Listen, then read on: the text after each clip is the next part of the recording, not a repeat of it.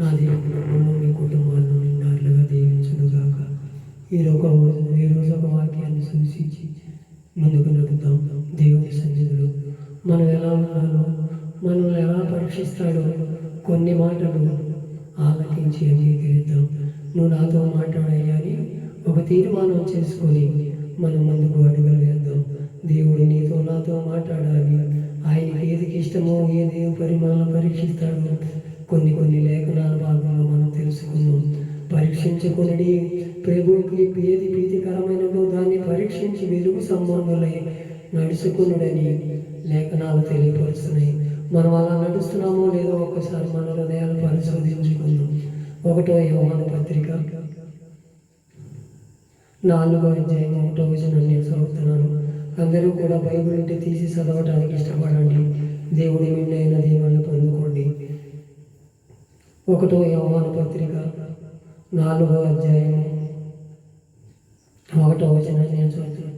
ప్రియురాలా, అనేకులైన అబద్ధ ప్రవక్తలు లోకములోనికి బయలు వెలుస్తున్నారు కనుక ప్రతి ఆత్మను నమ్మక ఆయా ఆత్మల దేవుని సంబంధమైనయో కావో పరీక్షించుడి అంటున్నాడు ఇక్కడ పౌలు భక్తుడు.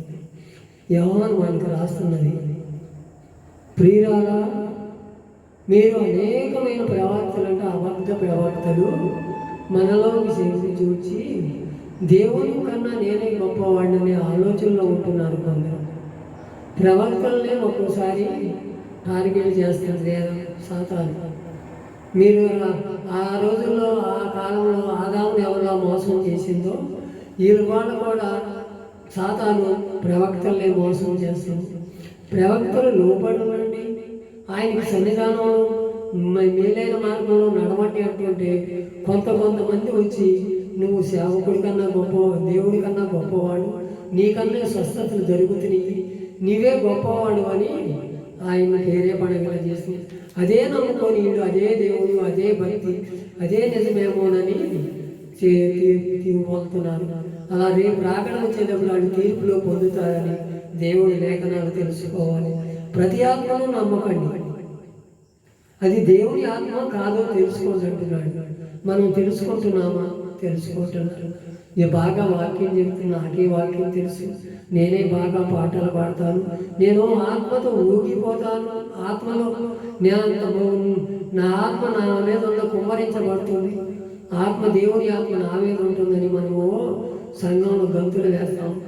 మనం ఏదో ఆత్మపూర్లుగా నింపబడినట్టు, ఆత్మానుసారంగా నిలబడినట్టు కొన్ని చర్చిల్లో చూస్తున్నాం. అది ఎంతవరకు దేవునికి ప్రీతికరమైనదో ప్రతి ఆత్మలో నమ్మకండి. మనం ఏదో దేవుడు ఏదో మనల్ని చేయమన్నది ఏమంటున్నాడు, మనల్ని ప్రార్థన చేయండి. ప్రార్థన కూడా రాకపోతే దావీదు కుమారుడా నన్ను దాటిపోవద్దని ఒక్క మాట అంటే చాలు, నన్ను దాటిపోయేవాడు కాదు. మనం ఆత్మపూర్ణమై ఎగరవసరంలా, ఉపాసాలు ఉండవసరంలా, దేవుని సన్నిధిలో దేవుని కనిపెట్టుకుని ప్రార్థన చేసి నీకేది కావాలో తల్లి గర్భంలో రూపించకుండానే ఆయన అన్నీ సమకూర్చి పెట్టి ఉన్నాడు. ఈరోజు మనం అలా ఉంటాం. నేనే భక్తి పరుని, నేనే భక్తి పరురాన్ని, నాకన్నా ఎవరూ లేరని మనం పక్కన వాళ్ళని దూరం చేసుకుంటున్నాం. వీళ్ళు ఆ అన్యులు, వీళ్ళతో నేను సాంగత్యం చేయకూడదు, ఎంతో నేను మాట్లాడకూడదు, నా యొక్క భక్తి పరుడు లేదు, భక్తి పరురాలి అని మనలో ఉన్న వాళ్ళని దూరం చేసుకుంటున్నాం. మన నడక ఎలా ఉందో, మన ప్రవర్తన ఎలా ఉందో ఒక్కసారి మనం తగ్గించుకొని దేవుని ఏమంటున్నాడు ఆయన, నేను పరిచర్య చేయించుకుంటూ రాలా, నేను పరిచర్య చేయటానికి వచ్చానని దేవుడు అంటుంటే మనం అలా చేయట్లేదు. మనం చెయ్యి ఎదట వాళ్ళని ఎవరైనా విశ్వాసం అయితే అది చెయ్యి ఇది చెయ్యి అని వాళ్ళ మీద ఇదవుతాం. అది దేవుని ఆత్మ ఉన్నవారు చేసే పనుల కాదు కదా. మనం దేవుని చిత్తం మీద తెలుసుకోవాలి. అలాంటి స్థితిగతుల్లో ఉన్నాయో లేవో తెలుసుకొని ముందుకు నడుద్దాం. అలాగే 2వ కొరింథీ పత్రిక 8వ అధ్యాయం 8వ వచనాన్ని నేను చదువుతున్నాను. అందరూ కూడా బైబిల్ తీసి చదవటానికి ఇష్టపడతాం.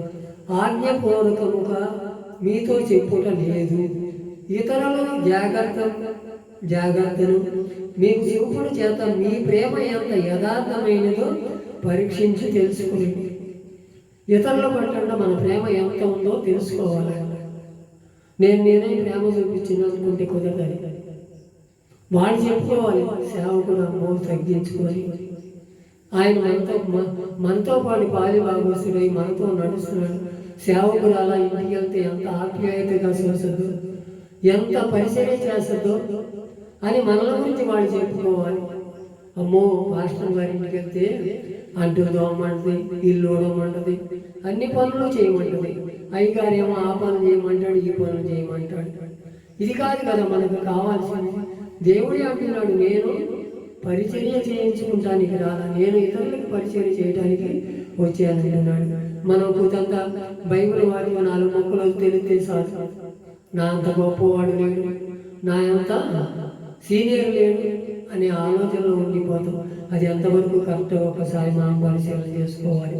మరి దేవుని సంబంధులు అయితే అది ఆత్మ కాదు, మనం ముందర తెలుసుకొని దేవుని ఆత్మ మన మీద పనిచేస్తుందా లేదా అని మనం తెలుసుకుంటాం కాక ఇతరులు కూడా తెలుసుకోవాలి. సేవకుడు అంటే గొప్పవాడు, తను తాను తగ్గించుకొని రిక్తుడుగా మనతో పాటు కలిసిపోయి మన జీవితంలో పాలిభాగస్తుడయ్యి మనకు కావాల్సిన ఏ వాటి గురించి ప్రార్థన చేస్తాడు అనే ఆలోచనలో మనం ఉంటాం. ఒక్కసారి మన హృదయాన్ని పరిశీలించుకుందాం, మనల్ని మనం పరీక్షించుకుందాం. మనం చేసే క్రియలను పరీక్షించుతున్నాడు ఆయన మనం చేసే క్రియలు పరీక్షించుతున్నాడు. మనం సరి చేసుకొని దేవుని ఎదుట ఎలా ఉండాలో, మనం సంఘ బిడ్డల ఎదుట ఎలా ఉండాలో కొన్ని విషయాలు తెలుసుకోవాలని, ముందుకు నడవాలని మా దేవుని పేరట మీ అందరినీ పేరు పేరున గుర్తుంచుకుంటున్నాం. అలాగే రోమాపత్రిక 12వ అధ్యాయం 2వ వచనం నేను చదువుతున్నాను. మీరు ఈ లోక మర్యాదను అనుసరింపక ఉత్తమమును అనుకూలమైనను సంపూర్ణమై ఉన్న దేవుని చిత్తమేదో పరీక్షించి తెలుసుకున్నట్లు మీ మనస్సును మారి నూతన మనుషులకు రూపాంతరం పొందుదురు అంటున్నాడు. ఇది దేవుని చిత్తమేనా? లోక మర్యాదల్లో మనం వెళ్ళటం, లోకాశల్లోకి మనం వెళ్ళటం, లోక తలంతుల్లోకి మనం వెళ్ళటం, లోకంలో కలిసిపోవటం, మనం వేసుకునే వస్త్రాన్ని బట్టి మనకే తీర్పు ఇస్తారు జనాలు. మనం నడిచే నడకను బట్టి మనం కొట్టుకాడికి వెళ్తే, టీ కొట్టుకాడికి వెళ్తే అక్కడ ఒక రకంగా చూస్తారు, కూరగాయల కొట్టుకాడికి వెళ్తే ఒకరు. మనల్ని ఎలా పరీక్షిస్తారంటే మన మాట తీరి ఎలా ఉండాలి, మన గుణగణాలు ఎలా ఉండాలి, మనం వాళ్ళతో ఎలా మైమేకం కలిసిపోతున్నామా, మనం దూరంగా అంటున్నామా, ఒక్కసారి మనం పరిశీలన చేసుకోవాలి. ఒక్కసారి పరిశీలన చేసుకొని దేవుడికి అనుకూలమైన సంపూర్ణమైన దేవుని చిత్తం పరీక్షించాలి. ఆయన ఈ లోకానికి ఎందుకు వచ్చాడు?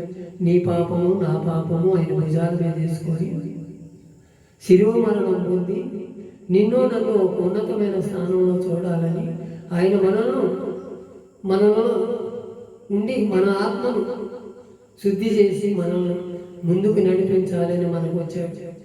మనం అలా చేస్తున్నాము. దేవుడు ఎంత మనకు సేవం చేశాడు. ఆయన పట్ల మనం ఏమి చేస్తాం? మన కుటుంబం ఏ పాటిది, నేనే కుటుంబం ఏ పాటిదయ్యా, నేను ఎందుకు పనికిరాని వాడినయ్యని దావీదు అంటున్నాడు. మనం అనగలుగుతున్నామా? ఏదన్నా కొద్ది కలిసి వస్తే చాలు, మనంతటి వాళ్ళు లేరు. ఏదన్నా నష్టం వస్తే చాలు ఎంత దిగజారిపోతాము, ఏదన్నా ఆపద వస్తే చాలు ఎంత దిగజారిపోయిన మాటలు మాట్లాడతాం. ఏదన్నా రోగం వస్తే చాలు, అయ్యా నన్నెందుకు ఉంచావయ్యా, తీసుకెళ్ళిపోయావు. ఆయన సిద్ధం అది కాదు కదా, తల్లిగా గోములో రూపించకుండా నీ మీద ఒక ప్రణాళిక ఉంది, నా మీద ఒక ప్రణాళిక ఉంది. ఆ ప్రణాళికను మనం నెరవేరుస్తామని తీసుకున్నాడు. అదే ఆయన చిత్తం. ఆయన చిత్తానికి లోపడదామా? ప్రభుకి ప్రీతికరమైనది ఏదో మనం చేద్దాం. మన అంత్యంతరేమో పరీక్షించేవాడు, మన హృదయమును పరీక్షించి ఉన్నాడు. ప్రతిదీ మనల్ని పరీక్షిస్తూనే ఉన్నాడు. మనం ఏ బాటలో నడుస్తున్నామో మనం తెలుసుకోవాలి. ఆ బాటలో మనం నడవకూడదని కొన్ని లేఖనాలు తెలియపరుస్తున్నాయి. ఆయన మన ప్రేమ చేత దేవుని ఆత్మ సంబంధంలో నడవాలని,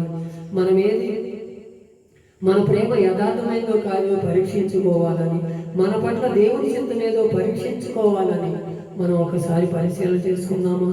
దేవుడు నా పట్ల కార్యం చేస్తున్నాడు, నేనేం చేస్తున్నానని ఒక తీర్మానం చేసుకుని ముందుకు సాగాలి. దేవుని బిడ్డలైన మన అందరము కూడా ఒకరికొకరు గొప్ప ఏం కాదు, ఒకరికొకరు తక్కువ ఏమి కాదు, అందరూ సమానమే దేవుని దృష్టిలో. నీకొక తీర్పు, నాకు ఒక తీర్పు ఉన్నది. మనం నడిచే నడకను బట్టి, మనం చేసే ప్రవర్తన బట్టి తీర్పు కాలంలోకి వెళ్ళక ఆయన ఎదుట నిలబడే యోగ్యత మనమందరము కలుగు చేసుకుని దేవుని రాజ్యానికి వారసులవుదాం. ఈ మాటలు దేవుడి వెనుకడిలో దీవించి ఆశీర్వదించును గాక. ఆమేన్.